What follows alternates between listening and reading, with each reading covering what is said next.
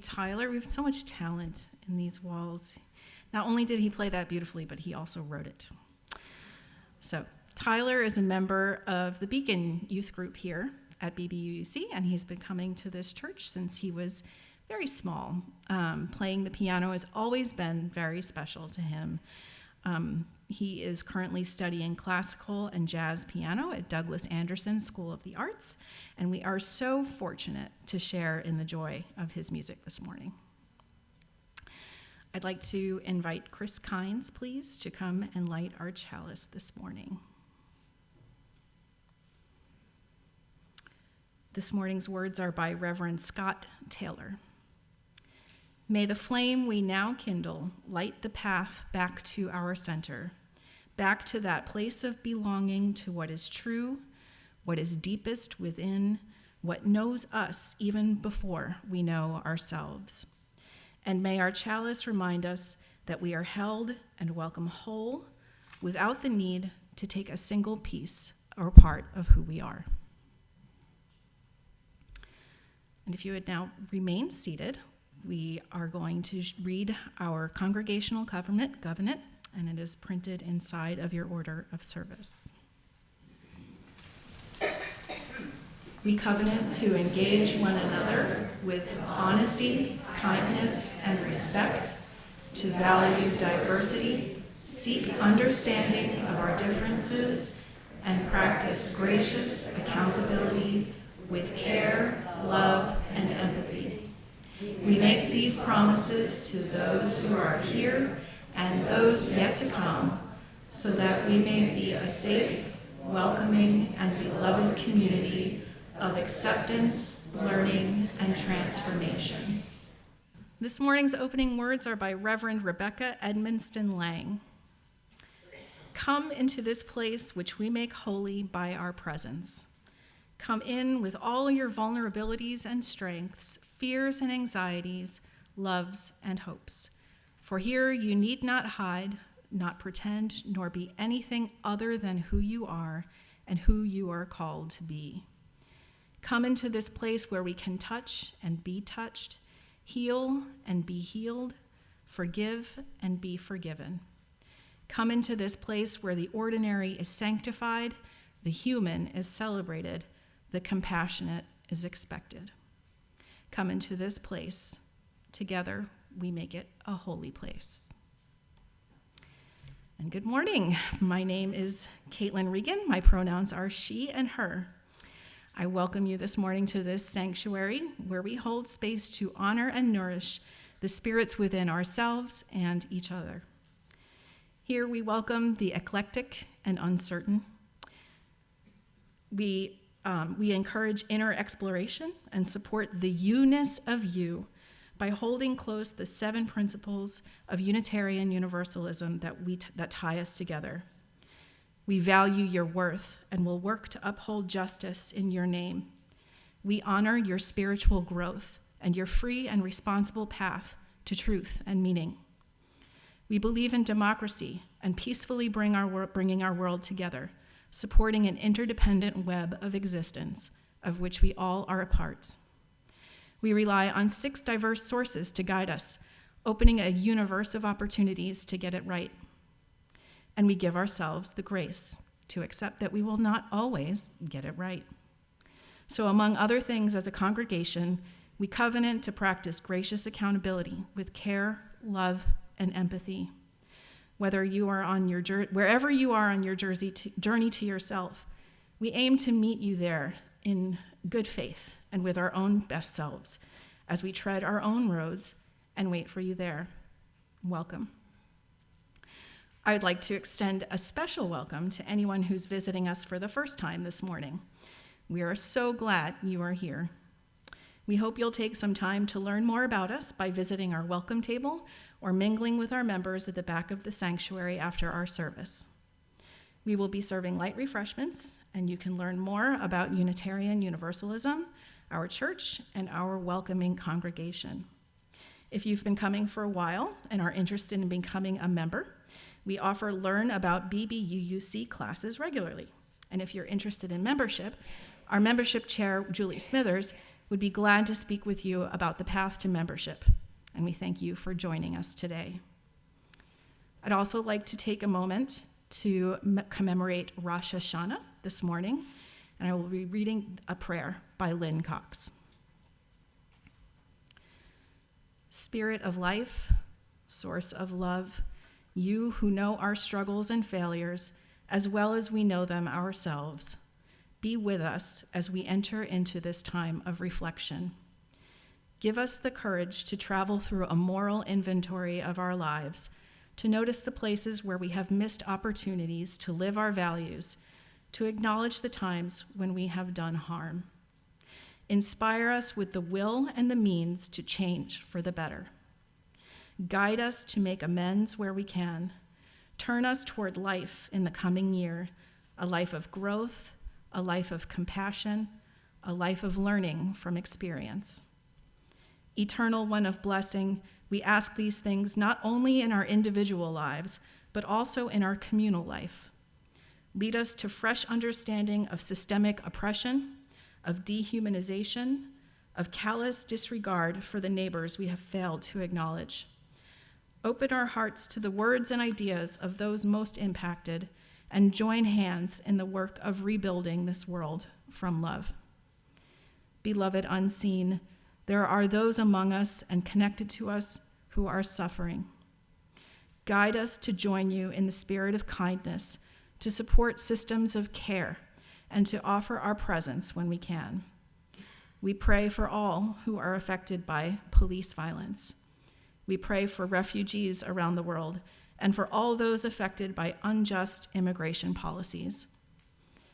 We pray for those resisting totalitarianism. We pray for those bearing witness to the destruction of their way of life through ecological devastation. We pray for those who are ill, who are grieving, who are struggling, who are seeking recovery, who are working to make a change. Let your love wash over them and us and bring us into life-giving right relationship. Singer of skies and mountains of pastures, in this season of turning toward life, remind us to be grateful and to celebrate joy where we find it. We lift up our loved ones who have achieved milestones. We give thanks for the beauty of this day, for this community, and for the opportunity to be together. This space holds the entirety of our lives, the highs and lows.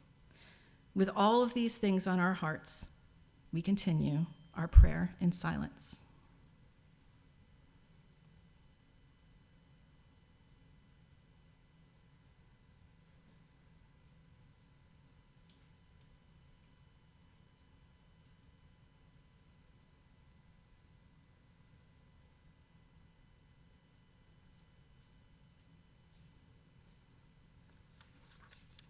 Amen. And now I will welcome you to please rise in body or spirit as we sing hymn number 188, Come, Come, Whoever You Are. This one is around. We've done it before. We have song leaders to help you. If we could have everyone on this side of the room, could be the first part, and everyone on this side of the room can be the second part, they're numbered in your book. And we're going to sing it through all together one time, and then after that we'll break into rounds and sing it 3 more times. Okay? Everyone good? All right. Thank you.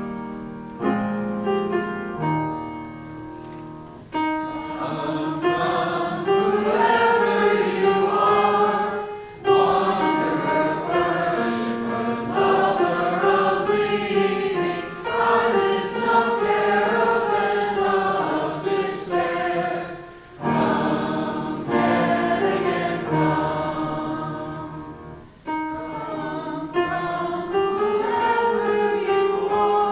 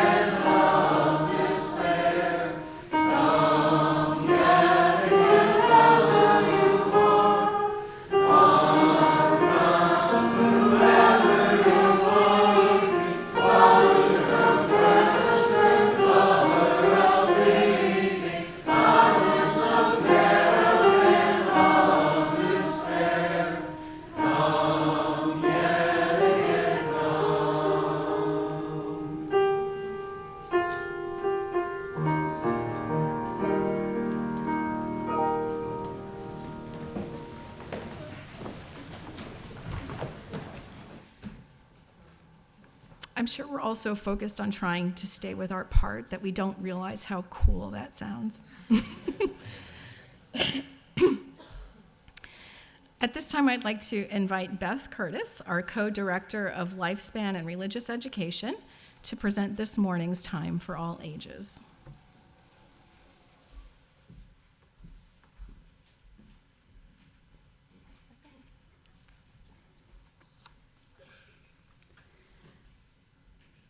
Reverend Rod Richards, the author of today's sermon, mentions the story we are about to hear.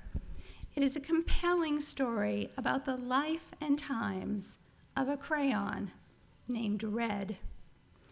In doing some research, we realized that there's a little bit of controversy around this very sweet book. While, as I understand it, this book is only banned in one county in Florida, but it is on an advisory list. To both give you background into Reverend Richard's sermon and to partially honor Banned Book Week, which is coming up in early October, we'd like to share with you Red, a Crayon Story, written and illustrated by Michael Hall. Now, I don't think I need to say listen at your own risk, but I'll let you be the judge of that. He was red, but he wasn't very good at it. "Oh dear," says Olive. His teacher thought he needed more practice. Scarlett says, "I'll draw a red strawberry and you draw a red strawberry. You can do this, really." But he couldn't, really. "Like this?" Red asks. "Oh my. Let's try again," says Scarlett. His mother thought he needed to mix with other colors. "Why don't you two go out and draw a nice round orange?" "A really big one," says Yellow. "A really orange one," says Red. But they made a big greenish one. "Yuck," says Yellow. "Oops," says Red. His grandparents thought he wasn't warm enough. "Your class is making self-portraits for parents' night." That's what grandparents sound like. "Wear this warm red scarf." "Nice, it's so you." But it so wasn't. Grandma is saying, "Oh dear me." Everyone seemed to have something to say. "Sometimes I wonder if he's really red at all." "Don't be silly. It says red right on his label." "He came from the factory that way." "Frankly, I don't think he's very bright." "Well, I think he's lazy." "Right, he's got to press harder. Really apply himself." "Give him time, he'll catch on." "Of course he will." But he didn't catch on. "Green frog," says green crayon. "Black sheep," says black crayon. "Brown cow," says brown crayon. "Red, says red crayon. All the art supplies wanted to help. The masking tape thought he was broken inside. "This will hold you together." The scissors thought the label was too tight. "One snip should do it." I thought he wasn't very sharp enough. That's what the pencil sharpener said. He, even with all our help and all his hard work, he just couldn't get the hang of it. Oh, he looked so frustrated. One day he met a new friend. "Will you make a blue ocean for my boat?" says Barry. "I can't. I'm red." "Well, will you try?" So he did. Thank you, that's just perfect. You're welcome, it was easy, said Red Crayon. But he didn't stop there. Blue bells, blue jeans, blue bird, blueberries, blue whale. I'm blue. He was blue. He was blue, and everyone was talking. My son is brilliant. Who could have known he was blue? I always thought he was blue. It was obvious. His blue ocean really lifted me. All of his work makes me happy. His blue strawberries are my favorites. He's so intense. I'm going to make a green lizard with him, really big one. I hear he's working on a huge new project. He's really reaching for the sky. And he really was.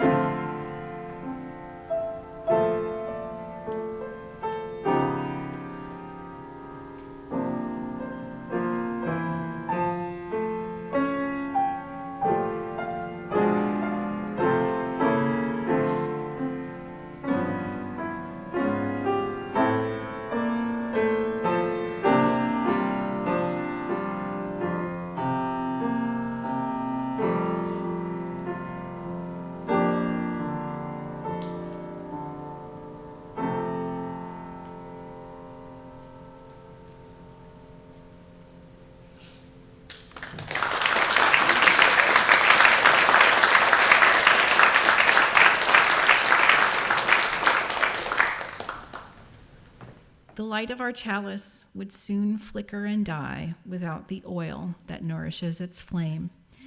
And just as this flame cannot burn without oil, this religious community cannot survive or thrive without the financial as well as personal support of its members and friends, the oil that keeps the flame of our liberal religious faith alive and fuels the shared mission and ministry of this fellowship. Let us now give freely and generously an offering to sustain and strengthen our shared religious community, a community of memory, hope, faith, and love, For we are now the keepers of its flame that burns for justice, its dream of beloved community, its vision of a world made whole. And I was going to invite Adele Del Savio and Ted Clisby to join me up front to help pass our plates, but they're already here. Thank you. They will help pass the plates to receive your generous contributions, both large and small. Even if your contribution is simply the gift of your presence and the support of our values, we invite you to hold and pass the plate so that your energy can be gathered and shared with others. Once the plates have been passed, we will rise in body or spirit to join in singing hymn number 123, Spirit of Life.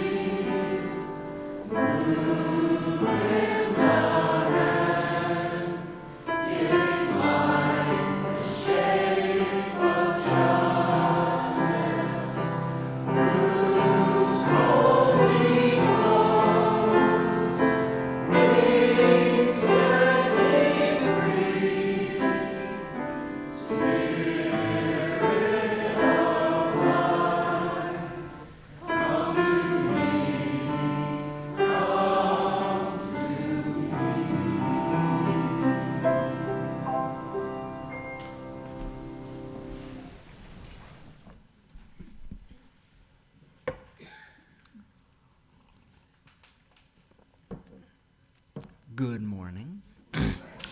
The sermon I want to share with you today was written and originally presented by Reverend Rod Richards of the Unitarian Universalists of San Luis Obispo, California.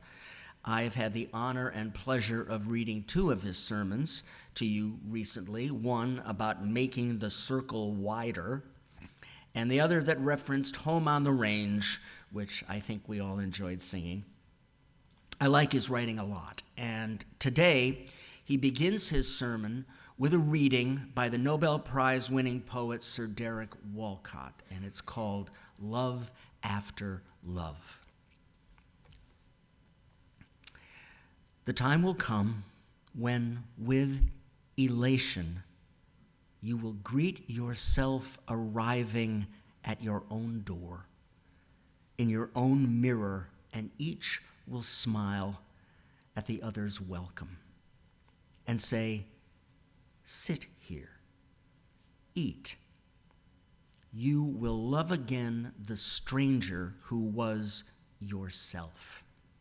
Give wine, give bread, give back your heart to itself, to the stranger who has loved you all your life, whom you ignored for another, who knows you by heart.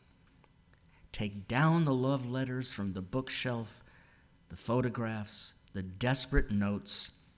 Peel your own image from the mirror. Sit. Feast on your life. Sir Derek Walcott. Now, I want to begin today with a cartoon. It was created by Joe Dater, and it appeared, I believe, in the New Yorker magazine originally. It's one of those that took a minute to sink in first time I read it. Here it is. Two kids in a child's room. They're sitting on the floor.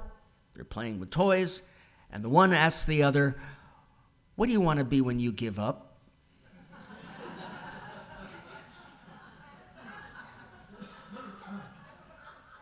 Now, we're so used to hearing that question, what do you want to be when you grow up? We might misread it at first, supplying the expected word rather than the one that's there. What do you want to be when you give up?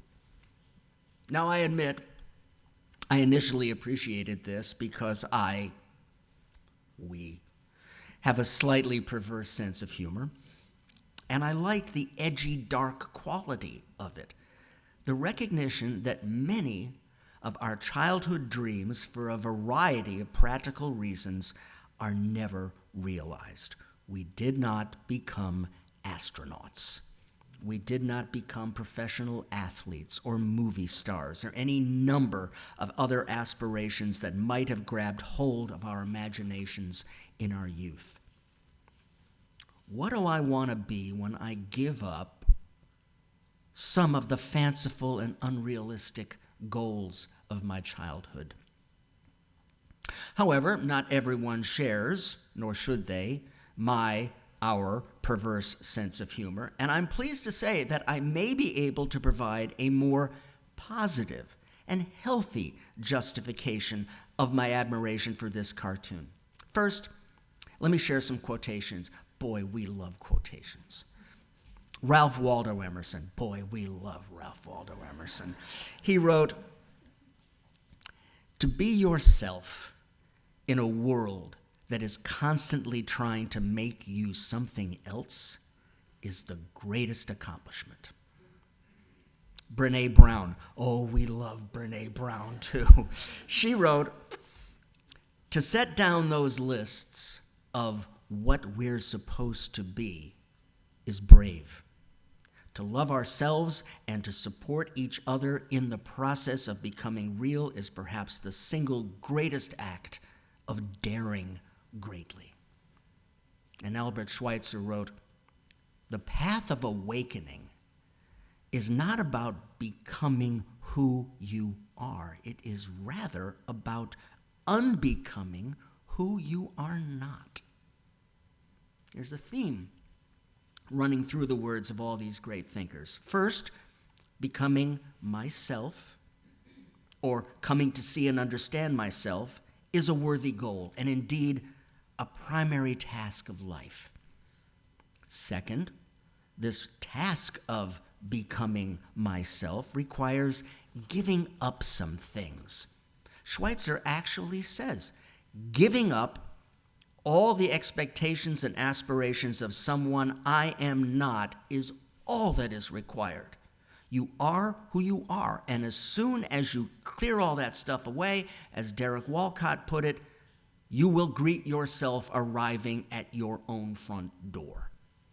Brené Brown calls it becoming real, bravely setting down those lists of what we're supposed to be. Emerson says it is the greatest accomplishment to be yourself. So think of the cartoon again. What do you want to be when you give up? When you give up trying to be who you are not. When you give up checking that list of what you're supposed to be. when you give up worrying about the world urging you to be someone other than who you are. What do you want to be when you give up? And this also helps me to explain what may seem like a contradiction in messages we send as a congregation. Because on the one hand, we say, and we welcome visitors and new members with this message, that you are accepted exactly as you are. Be yourself. Bring your whole self here. You are enough. You are blessed. You are loved now, just as you are. All true. And then we hit you with the necessity of deepening connections and nurturing spiritual growth and grabbing hold of the possibilities for transformation, not only of society, but of ourselves, our individual selves. Does that make sense? We accept you as you are. Now grow, change, transform yourself. All right, think of it another way. Change, as our old Greek philosopher friend Heraclitus pointed out long ago, the only constant is change. Things and we are changing all the time. So the question is not if we will change or not. The question may be, are we attentive to the changes that are occurring? Are we mindful of them? Are we reflective in helping to guide these changes so that we may more fully understand ourselves and thus help to shape our responses to the world around us in ways that point us toward our highest aspirations? Now, when we sing, "Come, come, whoever you are," we mean to say that there's no preparation or requirements needed to enter here, to join with this community. And we also understand that whoever you are is not a static quality. Come as you are, realizing that you may not fully understand who you are, and we invite you into that exploration. That's why in the third principle of Unitarian Universalism, and it's right here on the back of your order of service, we talk about acceptance of one another and encouragement to spiritual growth. We accept one another where we are, realizing that we are always and forever in the process of becoming, or in the words of Albert Schweitzer, unbecoming who we are not, so that we may fully be who we are. But lest I think of that as passive, I am who I am, how can I not be who I am? These authors remind us that it is work. To be yourself in a world that is constantly trying to make you something else is the greatest accomplishment. To set down those lists of what we're supposed to be is brave. To love ourselves and support each other in the process of becoming real is perhaps the greatest single act of daring greatly, a brave and daring accomplishment. The path of awakening is about unbecoming who you are not. A path, not a place, not a spot where you stop, but a path which you travel. This is work, ongoing work. We engage this work throughout our lives. We accept you as you are, and we invite you into the work of discovering just who you are becoming. And I love the words of Rebecca Edmondson Lang that Caitlin read as the opening words this morning. Here you need not hide, nor pretend, nor to be anything other than who you are and who you are called to be. You see, that pressure is real. We would not need to say the words, "Here you need not hide, nor pretend, nor be anything other than who you are," if there was not pressure to hide and pretend to be something other than who you are. There'd be no reason for a story called Red about a mislabeled crayon if there was not pressure to be red even when one was self-evidently blue. There would be no reason for a poet like Derek Walcott to write about greeting yourself arriving at your own door and loving the stranger who was yourself if there was not pressure to ignore your true self in pursuit of other ambitions and aspirations and checking off items on the list of who we're supposed to be. There is pressure to be who we are not.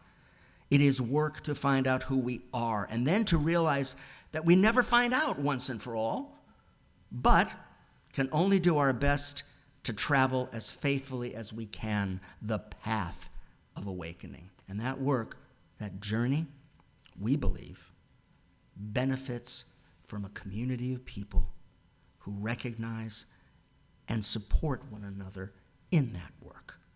A community of people who seek to love ourselves and support each other in the process of becoming real, as Brene Brown writes. Theologian Howard Thurman writes in an oft-quoted passage, "Do not ask what the world needs. Ask what makes you come alive, and go do it. Because what the world needs is people who have come alive." Ask what makes you come alive, which is another way of saying find out who you are. Thurman is taking the position that what the world needs is not people figuring out what the world needs and trying to adapt themselves into being what they think the world needs, because that's just another one of those what we're supposed to be lists that Brene Brown urges us to set down. It's just another way that the world, or our conception of the world, or our projection of the world, constantly tries to make us something other than who we are. Thurman is saying, and I think we're saying this as a congregation, that he thinks the world needs you. So the more you can understand about yourself, finding out what makes you come alive, not what is supposed to, what you think is supposed to make you come alive, the more you can understand about yourself, the better off the world will be. Maybe it's not red strawberries that make you come alive, but blue berries. Maybe it's not red foxes, but blue whales. Maybe it's not red cardinals, but blue jays. Here you need not hide nor pretend nor be anything other than who you are and are called to be. And the world needs who you are and who you are called to be. Think again of the cartoon. What do you want to be when you give up? What do you want to be when you give up trying to become who you are not? What do you want to be when you give up checking that list of what you're supposed to be? What do you want to be when you give up worrying about the world urging you to be someone other than who you are? I return to the words of Sir Derek Walcott. Give back your heart to yourself, to the stranger who has loved you all your life, the stranger who knows you by heart. So may it be. And now I would like to invite our song leaders back up to the chancel, and Eileen back to the piano, and let us all rise in body or spirit and conclude the service by joining our voices in hymn number 318, We Would Be One.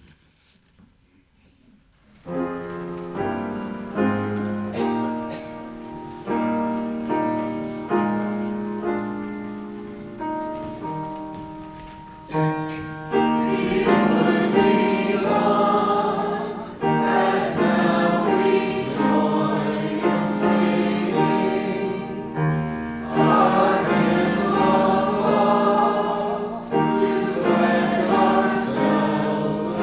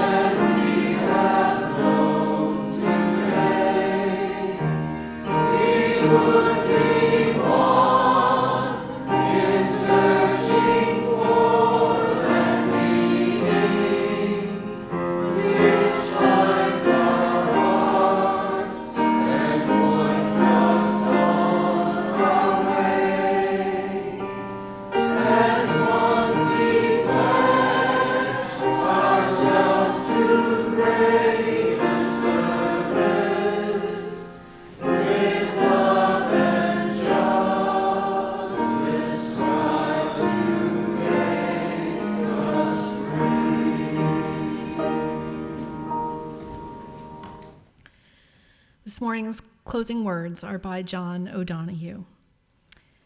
May you listen to your longing to be free. May the frames of your belonging be large enough for the dreams of your soul. May you arise each day with a voice of blessing whispering in your heart, something good is going to happen to you. May you find harmony between your soul and your life. May the mansion of your soul never become a haunted place. May you know the eternal longing that lies at the heart of time. May there be kindness in your gaze when you look within. May you never place walls between the light and yourself. May you be set free from the prisons of guilt, fear, disappointment, and despair. May you allow the wild beauty of the invisible world to gather you, mind you, and embrace you in belonging. Amen.